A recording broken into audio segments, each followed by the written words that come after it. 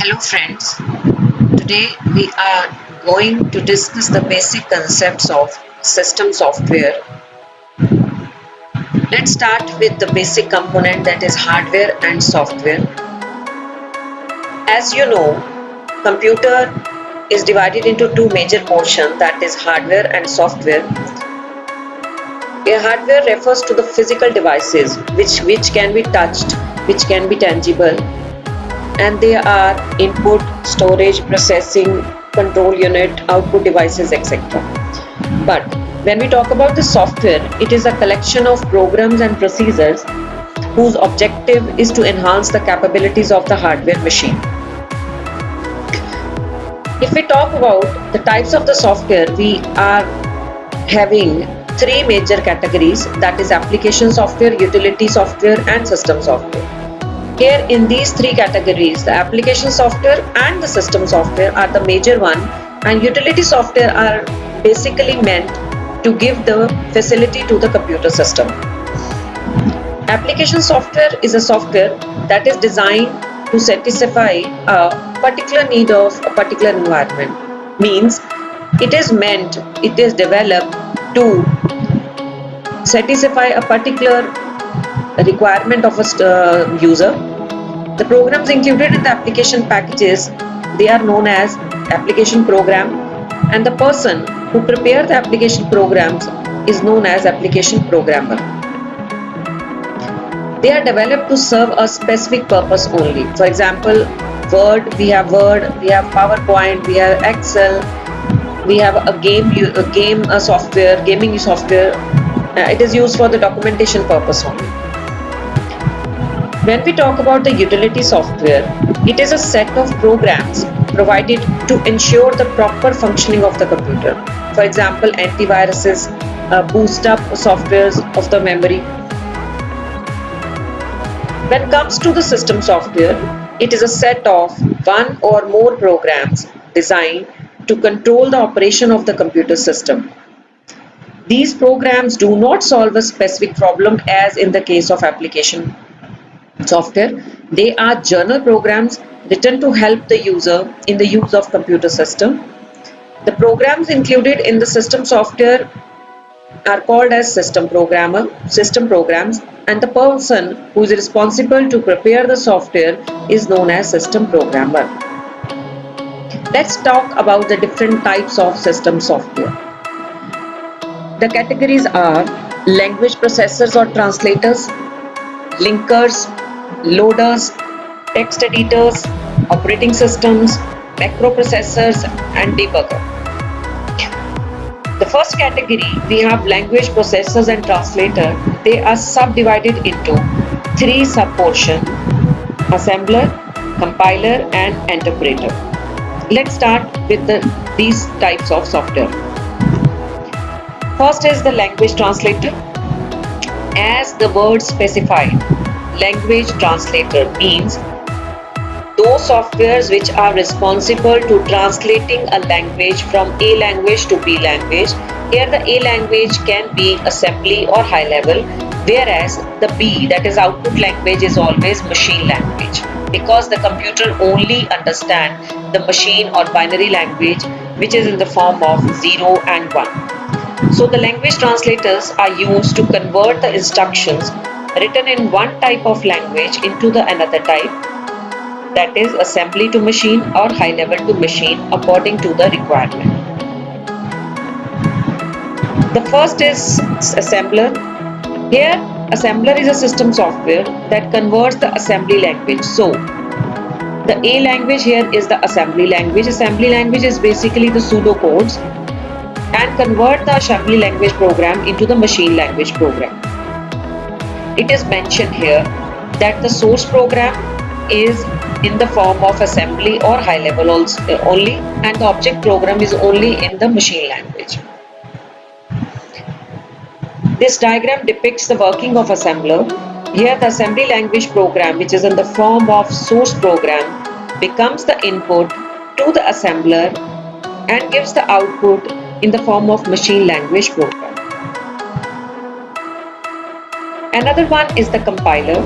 A compiler is another language translator that converts high-level language into the machine language. So it is mentioned here that here the A language is high level and the B language is same, that is machine language. The main advantage of the compiler is that it translates the whole program at once. The program written in the high-level language is called as source program, whereas the program written in the machine language is known as object program. Here is the working of the compiler. The next one is the interpreter. Interpreter is the third language translator used for converting the high-level language into the machine code, machine level language, same as the compiler does. But here the main difference between compiler and interpreter is that the compiler takes the program whole at once, whereas the interpreter translates the program line by line while the program is running, and this becomes the major difference between compiler and interpreter.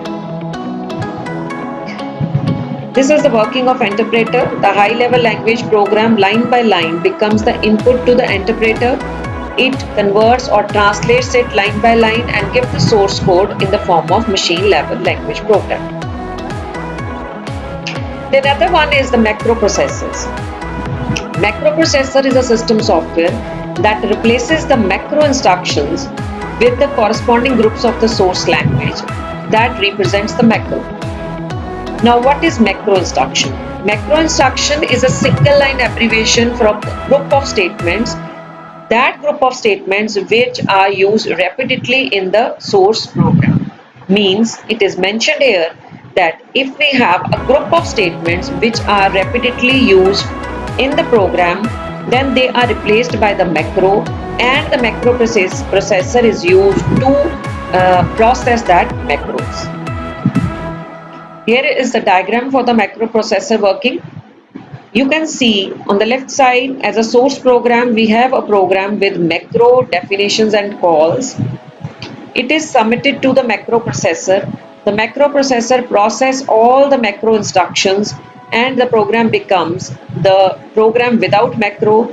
Then it goes to the assembler or compiler depending upon the requirement, and it converts the source program into the machine language program, that is the target program. The another one is the linker.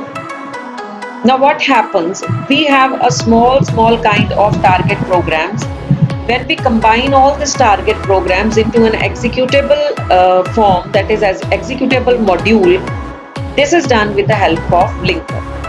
As the name specifies, linker is to link the modules into a single unit. So linker is a system software that combines or links various object modules in order to create the executable form of the program. Here the two main functions of linker are to resolve the external references and to perform the relocations. Linkers also produce error messages if some external references could not be resolved. You can see here we have number of object modules ranging from 1 to n. These object modules are the target modules translated by the language translator. It is linked by the linker and produced a executable module and also the error messages if some external references are not resolved. Another system software is the loader. After the linker performs its task, the executable module is in the secondary space. It is loaded by the loader to the physical memory of the computer to process the further. A loader is a system software that places the program into the memory and prepare them for execution. So the loading is a process of bringing an executable file produced by the linker from the secondary storage to the primary storage in such a way that it can be easily executed by the operating system. Loader perform the main functions in 4 categories. These are allocations, relocation, linking and loading. So you can see here we have the program 1, 2, 3. These programs are in the secondary space, secondary storage. Loader picks up the programs and load them into the physical memory so that they can be processed by the operating system. Another system software is the text editor. It is a system software that allows the user to input, delete, update, and store the information such as data, programs, or letter. It's an interactive editor. They are mostly used by the programmer developer. Basically, it is a platform where a developer can write their data, program, and the instructions to being processed.